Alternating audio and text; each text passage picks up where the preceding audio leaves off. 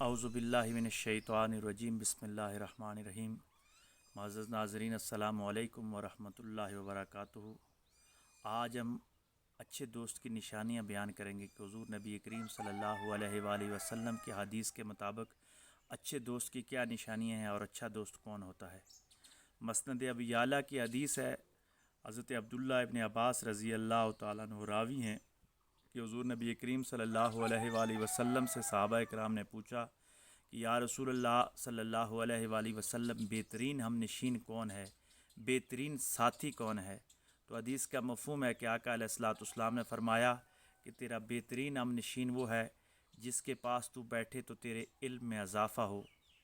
یا جس کے پاس تو بیٹھے تو تجھے آخرت کی یاد آ جائے، اور یا پھر جس کے پاس تو بیٹھے تو تیری زبان پہ ذکر جاری ہو جائے۔ یہ بہترین ہم نشین کی نشانی بتائی گئی ہے، یعنی اچھے دوست کی یہ نشانیوں میں سے نشانی بتائی گئی ہے۔ جو پہلی نشانی ہے وہ سب سے اعلیٰ و عرفہ، دنیا میں جو سب سے بڑی دولت ہے وہ علم کی دولت ہے، وہ نالج ہے۔ علم سے بڑا کوئی ہتھیار نہیں ہے اور علم سے بڑی کوئی دولت نہیں۔ اور آپ کا بہترین ہم نشین، بہترین دوست، بہترین خیر خواہ، بہترین ویل وشر آپ کا وہ انسان ہے جو آپ کے علم میں اضافہ کرے، یا آپ کو اس راستے پہ لے جائے، اس راستے کی تلقین کرے جس سے آپ کے علم میں اضافہ ہو، یا اس کے پاس جب آپ بیٹھ جائیں تو آپ کا شوق، آپ کا ذوق علم کی طرف ہو، وہ کسی کتاب کا تذکرہ کرے، وہ اللہ کی کتاب، لا ریب کتاب قرآن مجید کا تذکرہ کرے، اس کی باتیں آپ تک پہنچائے، وہ حضور نبی کریم صلی اللہ علیہ وآلہ وسلم کی حدیثوں کا ذکر کرے، وہ صوفیاء کرام کے اقوال کا ذکر کرے، وہ دنیا کے مفکرین اور مدبرین کی باتیں آپ تک پہنچائے، تو وہ انسان آپ کے علم میں اضافہ کر رہا ہے۔ علم میں اضافہ کرنے والے دوست کے پاس ضرور بیٹھنا چاہیے، وہ آپ کے لیے انتہائی مفید ہوتا ہے۔ صرف آخرت کا علم یا دین کا علم ہی نہیں، بلکہ دنیاوی طور پہ اگر کوئی انسان آپ کو اچھا ہنر سکھاتا ہے، جو سیکھنے کے بعد آپ کارآمد ہو جاتے ہیں، آپ کی زندگی میں مثبت تبدیلیاں آنا شروع ہو جاتی ہیں، وہ کوئی ٹیکنیکل کام ہو سکتا ہے، وہ کوئی سائنسی تھیوری ہو سکتی ہے، وہ کوئی فلسفے کا علم ہو سکتا ہے، وہ منطق کا کوئی ایسا نالج ہو سکتا ہے جو آپ کی زندگی میں انقلاب لے آئے یا دوسرے انسانوں کے لیے مفید ثابت ہو، تو اس انسان کے ساتھ بیٹھنا بھی اچھے ہم نشینوں میں آئے گا، وہ اچھا ہم نشین ہوگا۔ اور اچھے ہم نشین میں سمجھتا ہوں کہ اگر آپ دین کا علم حاصل کرنا چاہ رہے ہیں، اگر آپ آخرت کی تیاری کرنا چاہ رہے ہیں، تو آپ کسی اچھے صوفی، عالم بعمل صوفی کے ساتھ بیٹھیں، اس کی صحبت اختیار کریں، کسی اچھے عالم کے ساتھ بیٹھیں، تو یہ آخری زندگی کے لیے، اخروی زندگی کے لیے، آپ کی باطنی زندگی کے لیے ایک بہترین ہم نشین ثابت ہو سکتا ہے۔ لیکن دوسری طرف دنیاوی زندگی کو بہتر بنانے کے لیے آپ کسی غیر مسلم کو بھی، جو پازیٹیو تھنکنگ رکھتا ہو، جو انتہا پسند نہ ہو، جو مسلمانوں کے بارے میں برے نظریات نہ رکھتا ہو، بلکہ انسانیت کی خدمت کرنے والا اور انسانیت کو کوئی چیز ڈیلیور کر رہا ہو، تو آپ اس کے ساتھ بھی دوستی رکھ سکتے ہیں۔ اس نیت کے ساتھ اس کے ساتھ آپ دوستی رکھیں کہ اس کے پاس جو دنیا کا علم ہے وہ میں حاصل کروں گا، اس کے دنیاوی نالج سے میں فائدہ اٹھاؤں گا، اور میرے پاس جو اسلام کی عظیم شان دولت ہے، میرے پاس جو آخرت کا عظیم شان علم ہے، میرے پاس جو اخروی زندگی کی نجات کا راستہ ہے، یہ علم میں اس کو ٹرانسفر کروں گا۔ کیونکہ دنیا میں اچھا استاد وہی ہوتا ہے جو شاگرد سے سیکھتا ہے، اور بہترین شاگرد جو ہوتا ہے وہ استاد سے سیکھتا ہے، کیونکہ علم دو طرفہ ہوتا ہے، یہ ٹرانسفر کیا جاتا ہے۔ بڑے بڑے جو پروفیسر حضرات ہوتے ہیں، بڑے بڑے مفکرین ہوتے ہیں، وہ بھی کہتے ہیں کہ ہم اپنی کلاس میں اپنے اسٹوڈنٹ سے سیکھتے ہیں، اور اسٹوڈنٹ تو خیر استاد سے ہمیشہ سیکھتے ہی ہیں۔ تو اگر وہ اچھا انسان ہوا تو آپ دنیاوی طور پہ آپ کو کچھ عطا کرے گا، اور آپ آخرت کے بارے میں سوچنا شروع کر دیں گے۔ میں آپ کو اپنی پریکٹیکل لائف میں بتاتا ہوں کہ میرے ساتھ کچھ قادیانیوں نے کچھ عرصہ کام کیا، تو ان کی زندگی اتنی اچھی تھی، لیکن میں بظاہر ان کی زندگی اچھی تھی، لیکن ان کی آخرت کے بارے میں بڑا فکر مند رہتا تھا، اور میں ہمیشہ ان کو حضور نبی کریم صلی اللہ علیہ وآلہ وسلم کی ختم نبوت کے فضائل بیان کرتا اور ان کو سچے دین کی دعوت دیا کرتا تھا، اور ان کو بار بار یہ زور دیتا تھا کہ آپ کی دنیاوی زندگی جتنی بھی بہتر ہو جائے، جب تک آپ محمد صلی اللہ علیہ وآلہ وسلم کو اللہ کا آخری نبی اور رسول نہیں مانتے، آپ مرزا قادیانی پہ لعنت نہیں بھیجتے، اس کی پیروکاری چھوڑ نہیں دیتے، اس وقت تک آپ کی فلاح نہیں ہو سکتی، آپ کامیاب نہیں ہو سکتے۔ لیکن طریقے کے ساتھ، حکمت عملی کے ساتھ اگر آپ کسی کو تبلیغ کرتے ہیں، کسی کو علم دیتے ہیں، تو یہ دو طرفہ علم ہوتا ہے. اس کا علم آپ کو فائدہ دنیاوی طور پہ دے گا اور آپ آخرت کی تیاری اس کو کروائیں گے، اور اللہ تبارک و تعالیٰ آپ کے اخلاص کی برکت سے ضرور اس کو کلمہ نصیب فرمائے گا اور اس کی آخرت سنور سکتی ہے. دوسری دوستی ان لوگوں کی ہے جن کو دیکھ کے آپ کو آخرت کی یاد آ جائے. تو ایسی دوستیوں سے کنارہ کشی اختیار کرنی چاہیے جن کے پاس بیٹھنے سے بندہ گناہوں میں ملوث ہو جائے،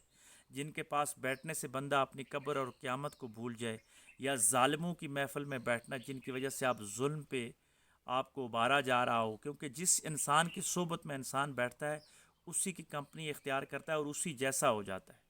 آپ اچھے بھلے انسان کو بروں کی صحبت میں بٹھا کے آ جائیں، ایک مہینہ گزرے گا تو وہ بروں والی ساری صفات اس کے اندر کنورٹ ہو جائیں گی. اور انتہائی برے انسان کو آپ کسی اچھے انسان کے ساتھ بٹھا کے آ جائیں، ایک مہینے کی صحبت گزرے، ایک مہینے کے بعد وہ برا انسان اچھائی میں کنورٹ ہو جائے گا، اس میں اچھوں والی خصوصیات آ جائیں گی.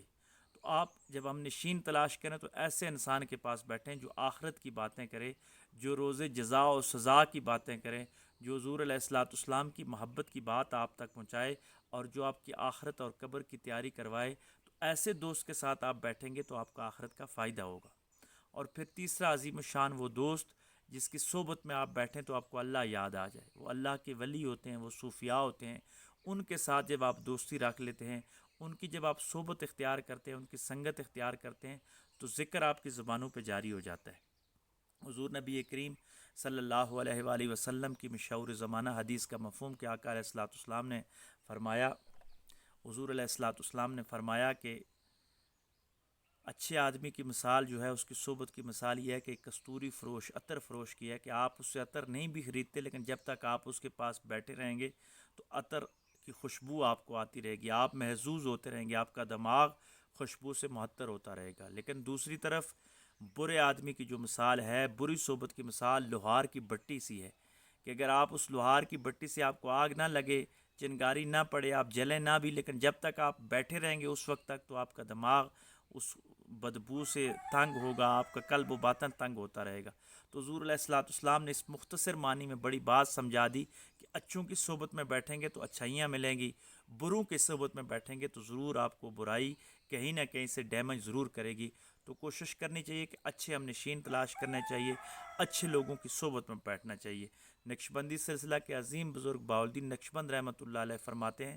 کہ انسان کو دعا کرنی چاہیے کہ اللہ تبارک و تعالیٰ اس کو اچھے دوست نصیب فرمائے. کیونکہ وہ خود جتنا بھی اچھا ہو جائے، اگر اس کی کمپنی اچھی نہیں، اس کا معاشرہ اچھا نہیں، اس کے دوست اچھے نہیں، تو وہ برائی میں مبتلا ہو جائے گا. اور اگر انسان خود کتنا بھی کمزور ہو، برائیوں کی طرف مائل ہو، لیکن اس کو معاشرہ اچھا نصیب ہو جائے، اس کے دوست اچھے ہو جائیں، اس کی کمپنی اچھی ہو جائے، تو وہ ضرور اچھوں جیسا بن جائے گا اور ایک دن اچھا بن جاتا ہے.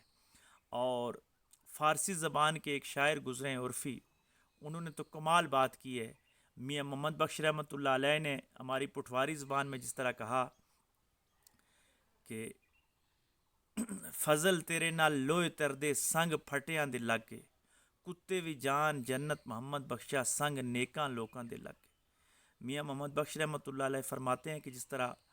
لوہا خود نہیں پانی میں تیر سکتا، لیکن جب وہ پھٹوں کے ساتھ لگتا ہے، لکڑی کے پھٹوں کے ساتھ جڑ جاتا ہے تو وہ کشتی بن جاتی ہے. کیونکہ لکڑی کو پانی ڈبوتا نہیں ہے، تو لکڑی کے ساتھ لوہا جب ملتا ہے تو وہ بھی تیرنا شروع ہو جاتا ہے.